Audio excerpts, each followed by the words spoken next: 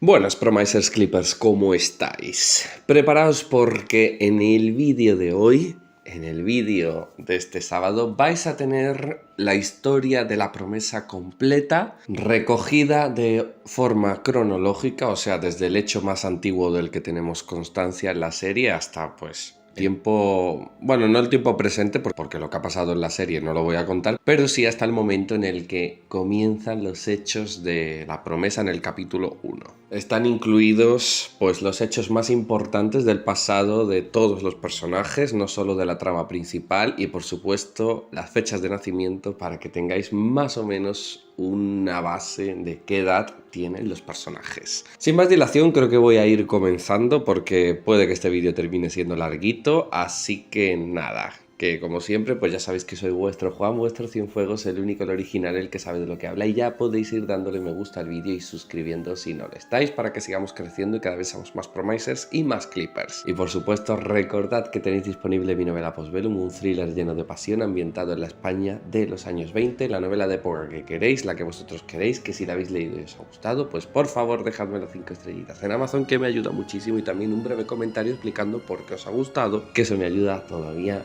más y más y más y más para que llegue a todo el mundo. Y ahora vamos con la historia completa de la promesa desde el hecho más pasado al presente. Y esta línea temporal comienza en el año 1844. 72 años antes del momento actual en el que estamos en la serie. Y comienza en el 44 con el nacimiento de Juan Ezquerdo, el que será en el futuro barón de Linaja y padre de Cruz y Eugenia y Dieguito, claro. El varón, un hombre de orígenes humildes que nació en Andalucía pero que luego marcharía a Cuba siendo un jovencito a buscar fortuna, y vaya si la consiguió. Del 44 pasamos a 1850, año en el que nace cerca de Luján Rómulo Baeza. También más o menos por estas fechas tuvo que nacer en Luján la Ramona. 5 años después, en el 55, nacen Simona Martínez y Candela García, también en un pueblo cerca de Luján. Las historias de estos personajes ya están recogidas completas en vídeos que yo he hecho sobre la historia de Rómulo, la historia de Simona y Candela, la historia del barón de Linaja, y podéis ir a verlos en cualquier momento porque ahí está desglosada toda la vida de estos personajes hasta llegar a la promesa. En el año 1856 nacería Gregorio Castillo, el mayordomo que fue esposo de Pía, y ya en el año 57 nacería Pedro de Luján, el hermano mayor de Alonso y el que era heredero de su padre al marquesado. Ahora hablaremos un poco más de este Pedro cuando avancemos algo más en la línea temporal. Continuamos con el 58, cuando nace Mateo Castillo, el hermano de Gregorio, el mayordomo que se casó con Pía. Y ya en el año 59 encontramos el nacimiento del primer personaje de la familia de Luján que nos va a sonar mucho, el marqués Alonso de Luján. Tanto él como su esposa Carmen tienen una fecha de nacimiento estimada hacia este año, hacia el 59. Una fecha que se puede calcular con un hecho que mencionaremos más adelante. Al año siguiente, en el 60, nacería Elisa de la Vega, la que será en el futuro la baronesa de Grazalema, y en el 61 nacerían Fernando, el hermano menor de Alonso, y la famosa Dolores, la madre de Hanna y Curro. No sé si alguien se puede sorprender porque van a encontrar una diferencia de edad, bueno, no mayúscula, pero sí notable entre Alonso y Cruz cuando lleguemos a su nacimiento. Pero sí, Alonso, Dolores, Fernando, la baronesa, todos estos personajes pertenecen a la generación anterior a Cruz. Continuando, avanzamos 7 años hacia 1868, un año muy tumultuoso en la historia de España, porque fue el año en el que una revolución acabó con la monarquía de Isabel II, y también fue este el año en el que Rómulo trabajaba en la finca La Tabanca, en Luján, pero por su mala praxis, el joven Mateo Castillo, que también faenaba allí, quedó paralítico, suicidándose poco después. La madre de Mateo murió al poco tiempo, dejando solo a su otro hijo, Gregorio, que desamparado pasó muy mala juventud. Este hecho, contado en la serie, lo podréis encontrar, como digo, más ampliado en el vídeo que hice sobre la historia de Rómulo. El año siguiente, en 1869, en Sevilla, nacería María Antonia Gil de Ballesteros, la amiga de Cruz y por entonces hija del verdadero o primer barón de Linaja, el hombre que después le vendería el título al padre de Cruz. En el año 70 nacerían Margarita Llopis en Valencia e Ignacio de Ayala y Mayor en Cádiz, el hijo de los condes de Ayala y Mayor. Y será en el 71, y esta fecha está muy confirmada por la serie, cuando nacería nuestra gran Cruz Ezquerdo, en Cuba, después de que su padre hubiese emigrado allí. Porque no olvidemos que Cruz era cubana, que esto es algo que en la serie se ha pasado muy de puntillas, apenas se empezó a referenciar más cuando llegó Leocadia. Leocadia, que bueno, yo he marcado que tiene la misma edad que Cruz, porque por algo eran amigas desde que nacieron prácticamente, dijeron, y compartieron una institutriz y todo, por lo que la edad debería ser muy pareja. Además, por lo que contaban ellas, habían crecido y madurado juntas a la vez. Y otra que tiene la misma edad que Cruz es Petra, también dicho en la serie, Petra Arcos Núñez, que nació en Cádiz, en un pueblo de Cádiz, hija de Ambrosio Arcos y Angustias Núñez, también dicho en la serie todo esto. La edad de Cruz es muy fácil de calcular. Ella y su familia volvieron a España al año siguiente de abolirse la esclavitud en Cuba y tenía 16 años. La esclavitud se abolió en el 86, por lo que volvieron en el 87, y si tenía 16 años, pues tuvo que nacer en el 71. Caso cerrado. Pasamos al año 72, año en el que nace su hermana Eugenia y también nuestro querido capitán Lorenzo de la Mata. Y en el 73 tenemos la boda de Simona y Toño, que llegó un poco antes que la de Candela y su custodio. Este mismo año también, durante el verano, Pedro de Luján murió ahogado tratando de salvar a su hermano Alonso. El entonces marqués de Luján, el padre de Alonso y Fernando, les prohibió hablar de la tragedia. Básicamente este es un poco el hecho que marca la edad del marqués y también de Fernando, por consiguiente, porque sabemos que cuando murió su hermano Alonso ya estaba en una edad adolescente, mientras que su hermano Pedro ya era mayorcito y Fernando pues era no tanto un adolescente sino más niño. Así que por aquí es por donde nos cuadra mejor. Y ojito, porque en el año siguiente, el 74, tuvo que ser, por fuerza, es que no se puede bajar más la edad, el año de nacimiento de Antoñito, de Antonio Carranza Martínez. Y bueno, el siguiente, el 75, el nacimiento de su hermana Virtudes, los hijos de Simona. Ahora os explico por qué no pueden nacer más tarde, pero esto es muy gracioso, porque Antoñito, que lo vemos a ir trabajando con Manuel, se lleva solo 3 años con Cruz, así que casi que podría ser el padre de Manuel también. ¿Y esto por qué es? Pues porque en el año siguiente, el 76, Toño, el marido de Simona, asesinó a Custodio, el marido de Candela, y huyó del pueblo. Simona entonces tuvo que buscar colocación en las cocinas de la Promesa y se llevó a Candela a trabajar con ella. Y a Palacio la acompañaron sus hijos Antoñito y Virtudes. Simona entró en la Promesa ya viuda y ya con sus hijos nacidos, porque sus hijos vivieron allí con ella un tiempo. Pero es que también entró cuando todavía vivía el padre de Alonso, sirviendo entonces al anterior marqués, e incluso fue testigo de cómo Alonso, antes de casarse con Carmen, tuvo su romance con la baronesa de Grazalema. O sea que todo esto fuerza que Antoñito y Virtudes sean realmente muy mayores, acercándose a los 40 años. Bueno, no, Virtudes ya ha pasado los 40 porque estamos en el 1916... Ella tiene 41 y Antoñito 42. En el año siguiente, 1877, Alonso tuvo un acercamiento con Elisa de la Vega, una de sus conquistas, porque se nos dice que el marqués era todo un rompecorazones, y en Cuba, mientras tanto, Cruz y Eugenia, que apenas tienen 6 añitos, comienzan a compartir institutriz con Leocadia, que se convierte en la mejor amiga de ambas. Tuvo que ser también más o menos por estas fechas que murió la madre de Cruz y Eugenia.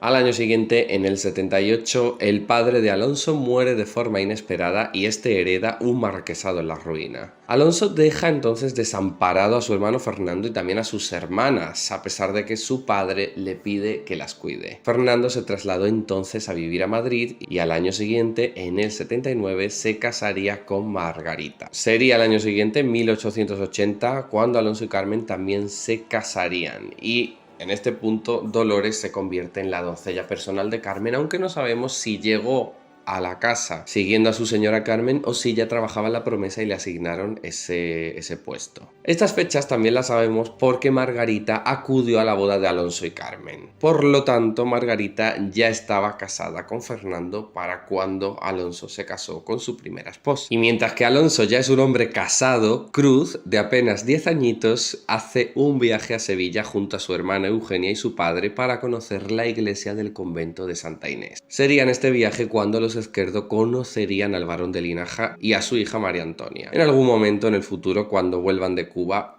el barón Juan Esquerdo le comprará al barón de Linaja su título. Y llegados al año 1883 tenemos el nacimiento de Tomás y Catalina de Luján y Altuna, los mellizos de Alonso y Carmen, y bueno, pues nuestra Catalina, famosa en el mundo entero, no hace falta decir más sobre ella. Tomás y Catalina tuvieron que convivir algunos años, un poco, con Virtudes y Antoñito, por lo que hacia el año 85 u 86 Simona ya tendría que enviarlos a vivir con su tía Luisa, o sea, con la prima Luisa de Simona, debido a que, bueno, los niños ya estaban haciéndose mayores, ya estaban alcanzando los 10 años, y si querían seguir en el palacio, pues iban a tener que empezar a faenar, y Simona prefería que sus hijos se buscasen un porvenir y fuesen a una escuela y tuviesen una vida un poco más sosegada y normal que la de la servidumbre.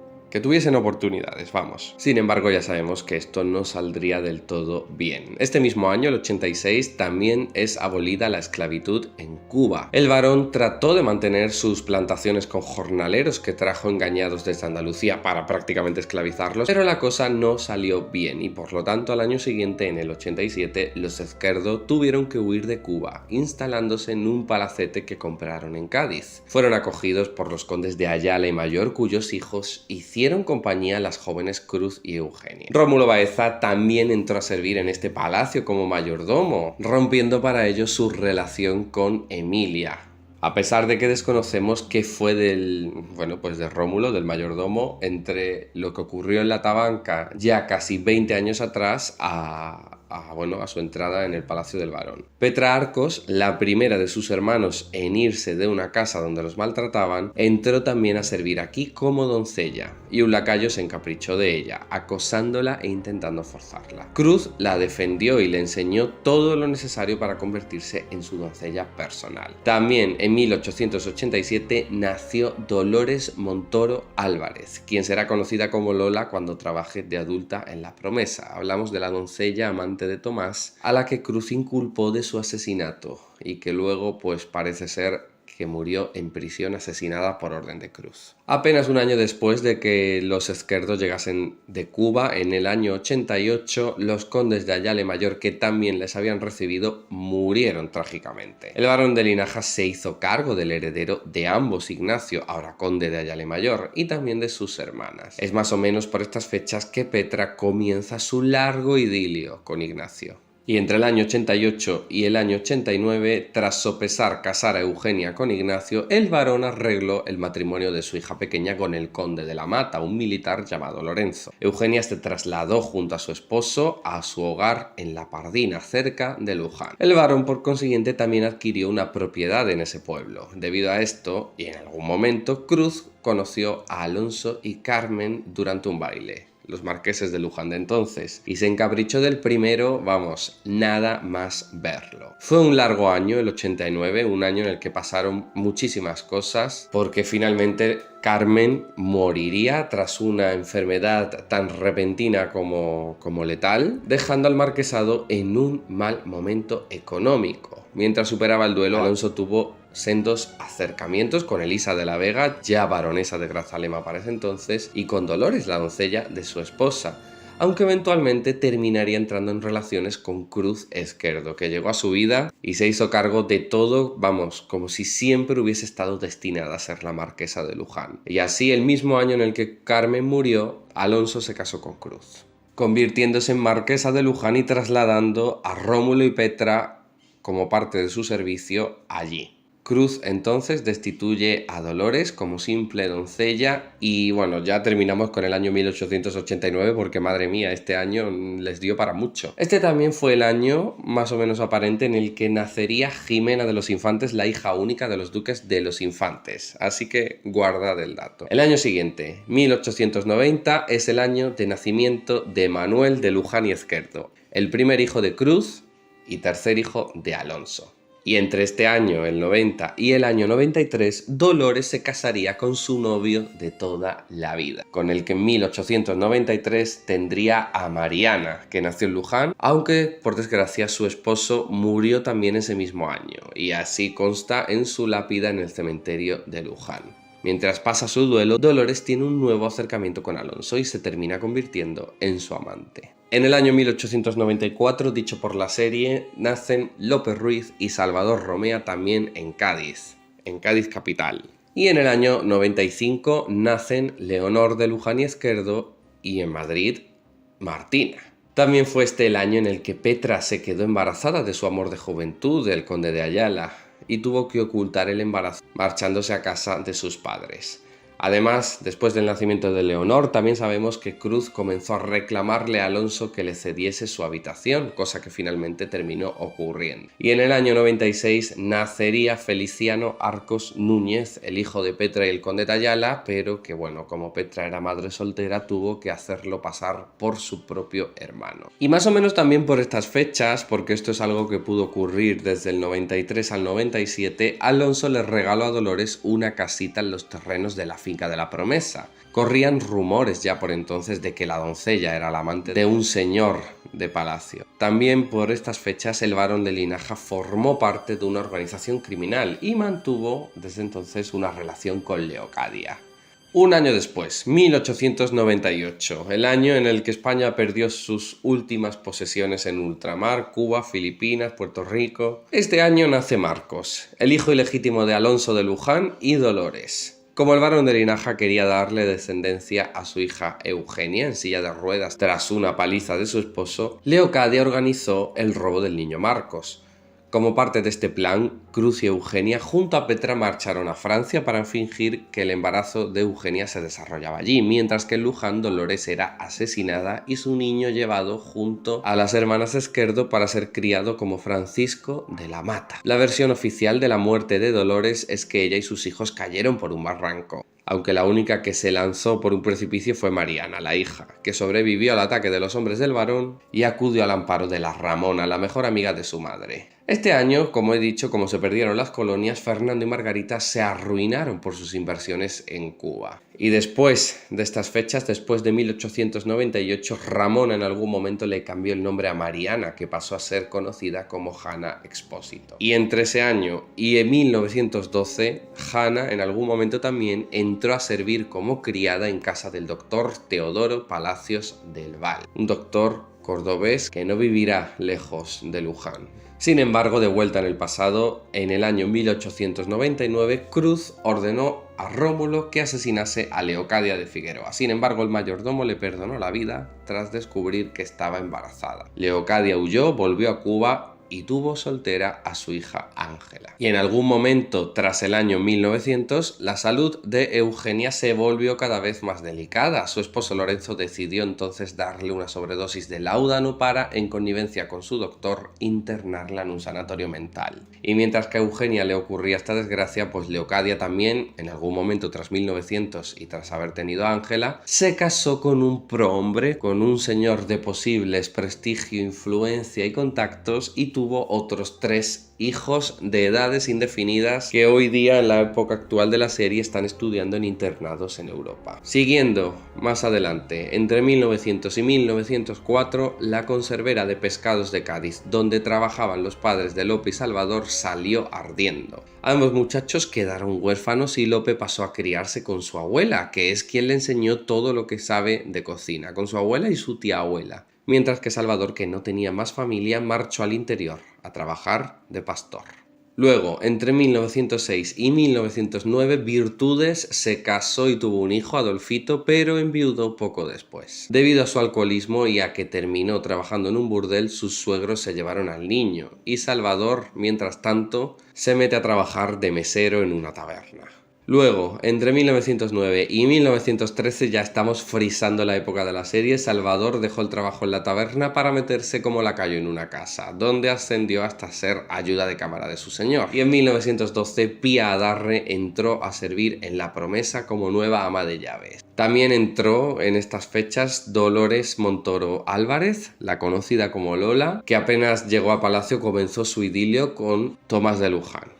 Y Lope también empezó a trabajar como lacayo tras morir su abuela y su tía abuela y quedarse solo. Y llegados al año de la serie, a 1913, solo hay un par de hechos que referenciar que son pues los que están a punto de comenzar la historia. En la primavera de 1913, tras acordar el matrimonio entre sus hijos, los duques de los Infantes y Alonso presentan a Tomás y Jimena, que sabemos que se conocieron un mes antes de su boda. Y esta boda tuvo lugar en junio de 1913. Tomás y Jimena se casaron y Hanna llegó a La Promesa y se desencadenaron los acontecimientos de la serie. Así que si en algún momento tenéis dudas de cuándo han pasado las cosas o de qué cronología sigue la historia, pues podéis venir a este vídeo y la tendréis bien clarita. Así que nada, yo me voy a despedir por aquí porque creo que ha sido un vídeo larguísimo y no me da más la voz de sí. Así que nada, disfrutad del sábado, pasar un buen fin de semana. Le quiero dedicar este vídeo a Kinga, por cierto, lo digo ya.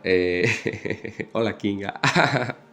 Ay, que me pongo colorado, qué vergüenza. Ella lleva una cuenta en Instagram que es La Promesa Fans Polonia y bueno, ya llevaba varios días preguntándome por el tema de edades y tal. Yo sé que ella quiere preparar un post, así que bueno, para que tenga aquí toda la información, pues nada, aquí la tienes.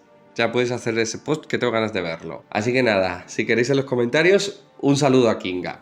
Yo lo dejo por aquí, me dejáis un buen me gusta, que trabajito ha tenido este vídeo y suscribíos si no lo estáis, que como estáis viendo aquí es donde vais a tener el mejor contenido de La Promesa, más fiable, más veraz y de mayor calidad. Y por supuesto, que si tenéis todavía más ganas de historias de época, pues que tenéis disponible en Amazon mi novela Postbellum, un thriller de época ambientado en la España de 1920. Es un thriller, pero está lleno de pasión y bueno, vais a ver que la lectura no os va a dejar indiferente, porque bueno, va a parecer que estáis viviendo en esa época, que estáis viviendo en 1920, que estáis sintiendo la realidad de ese año día a día y bueno, y que con el vocabulario también va a parecer que estáis hablando como en la España de entonces, con ese castellano, digamos, pseudo antiguo, y tiene pues unos personajes, como digo, súper pasionales, con ese Acacio Alborg que no puede asumir de quién se ha enamorado y que sufre por ello, con ese Eren que esconde tantos secretos, un refugiado de la Primera Guerra Mundial, conflicto que se trata muy bien como lo vivió España entonces, y con una villana que, bueno, es una villana a la altura de Cruz y a la altura de todas las villanas que hemos tenido en las series diarias. Doña Juana Janeiro, una mujer de armas tomar, por supuesto, como siempre, enamorada de quien no debe.